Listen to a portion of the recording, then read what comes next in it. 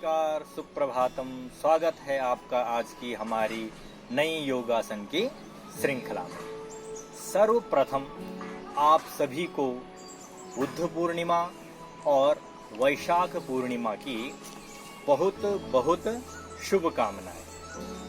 आज के दिन भगवान नारायण के 9वें अवतार महात्मा बुद्ध का प्राकट्य हुआ था, तो इसी दिन को हम बुद्ध पूर्णिमा के नाम से मनाते हैं। यद्यपि महात्मा बुद्ध ने अपने बौद्ध ग्रंथों में अनेक शिक्षाएं दी हैं, लेकिन हमें आज के दिन उनके जीवन से एक शिक्षा तो अवश्य लेनी चाहिए। जैसे महात्मा बुद्ध ने राजकुमार सिद्धार्थ से महात्मा बुद्ध तक की यात्रा तय करने में कठोर तपस्या की या कठोर परिश्रम किया या कठोर साधना की, तो हम उनके जीवन से यह संदेश ले सकते हैं कि हम भी प्रातः अपनी प्यारी प्यारी नींद को त्याग कर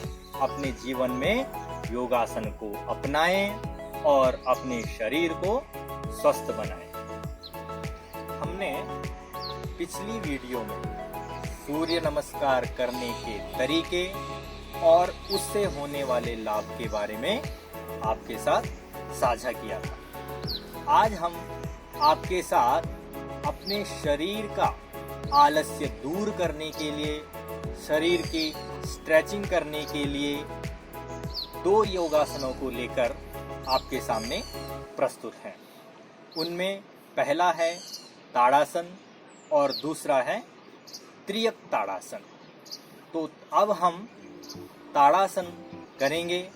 तो ताड़ासन करने से पूर्व हम पहले उसके बारे में जानेंगे कि यह ताड़ासन किस प्रकार करना चाहिए, और उसके बाद हम जानेंगे कि इससे होने वाले लाभ क्या क्या हैं, और फिर हम जानेंगे कि ताड़ासन को करते समय हमें किन किन सावधानियों का पालन करना चाहिए। जानते हैं कि ताड़ासन किस प्रकार किया जाता है। ताड़ासन के लिए सबसे पहले हम दोनों पैरों के बीच 2 से 6 इंच का अंतर रखेंगे।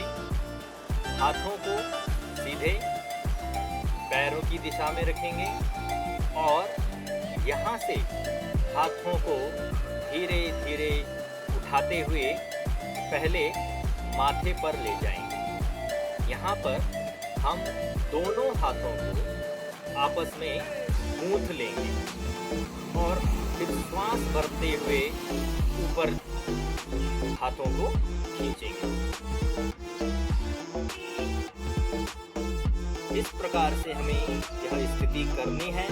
श्वास लेते हुए हाथों को ऊपर की ओर खींचना है और पंजों के बल हमें खड़े रहना है। तो इस आसन में जितनी देर तक संभव हो रहने का प्रयत्न करें।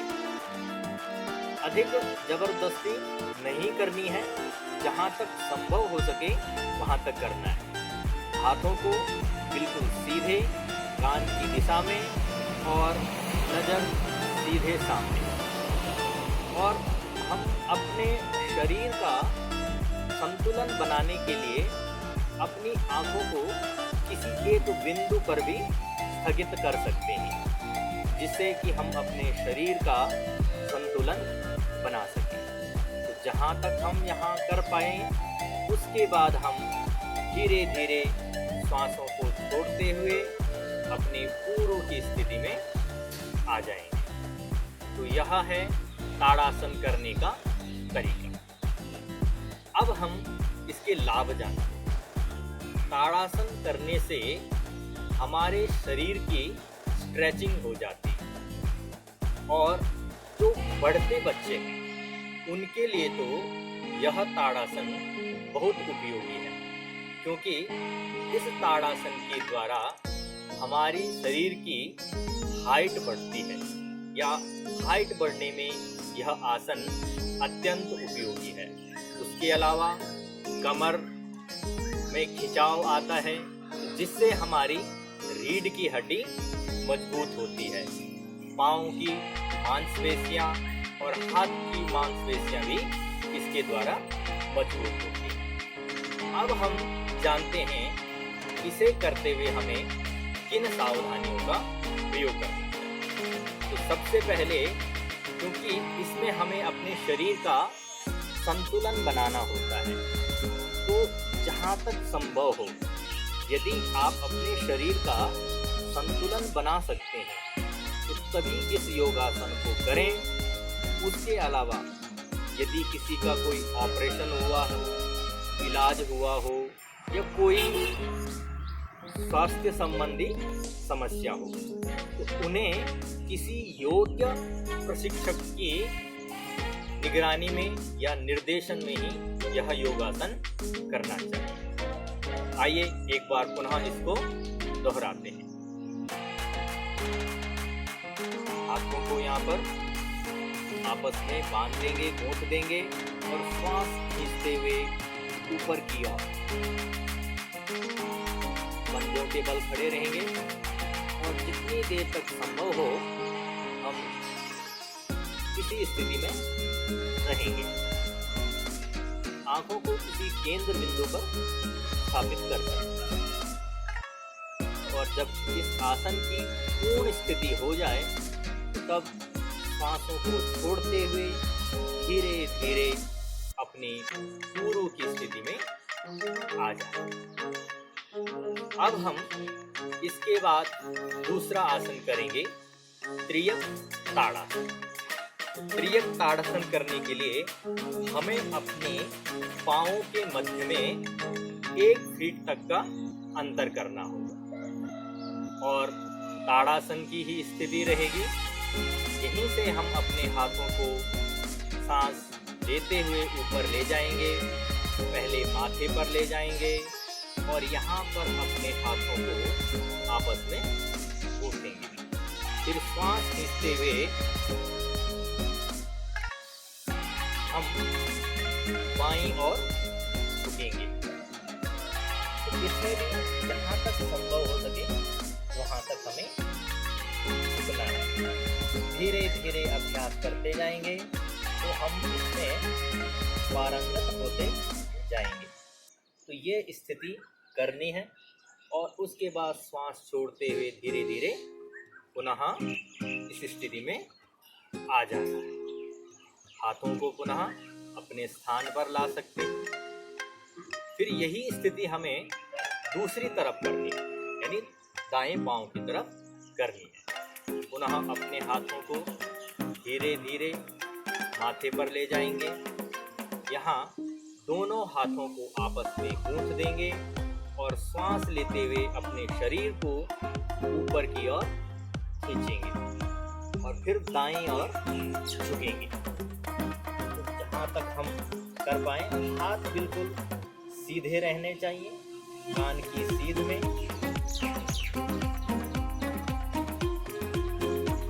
और उसके बाद अपनी पुनः गुरु की स्थिति में।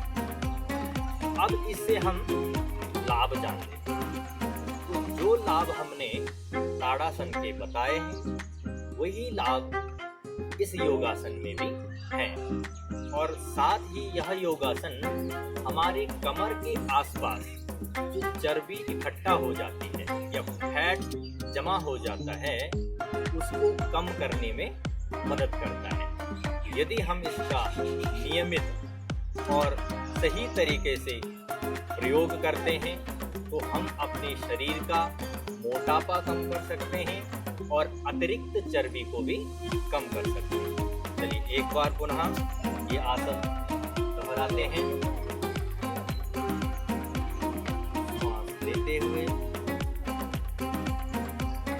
हाथों को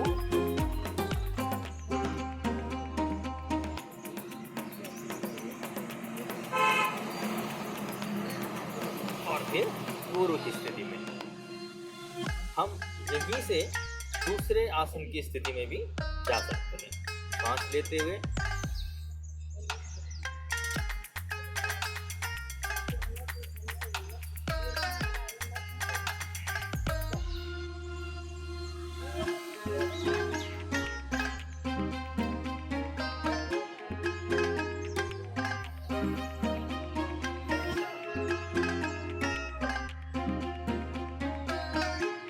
इस प्रकार।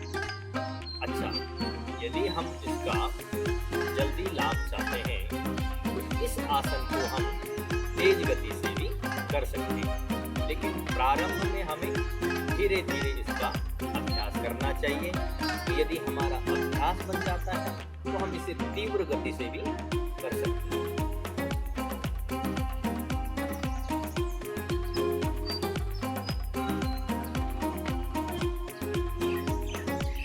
इस प्रकार हम तीव्र गति से भी कर सकते हैं, लेकिन प्रारंभ में हमें ऐसा नहीं करना चाहिए। धीरे धीरे जब हम इसके अभ्यासी होते जाएं तो हम इसकी गति को बढ़ा सकते हैं। अब सावधानियां इसमें वही हैं जो हमने ताड़ासन में बताई हैं। तो किसी भी योगासन को करने से पूर्व हमें किसी योग्य प्रशिक्षक के निर्देशन में ही यह योगासन करने चाहिए।